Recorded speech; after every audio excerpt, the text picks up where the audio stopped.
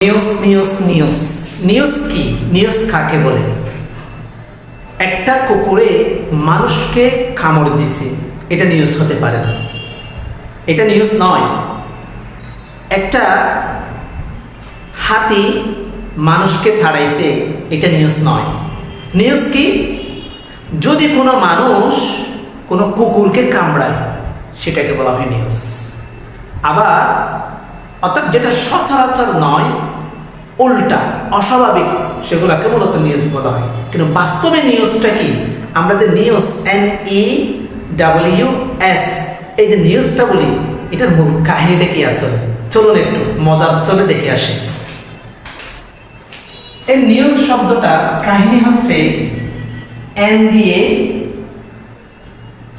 north, যার অর্থ হচ্ছে উত্তর,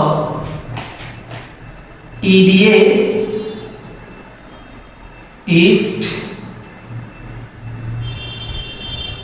যার অর্থ হচ্ছে পূর্ব, W দিয়ে ওয়েস্ট, যার অর্থ হচ্ছে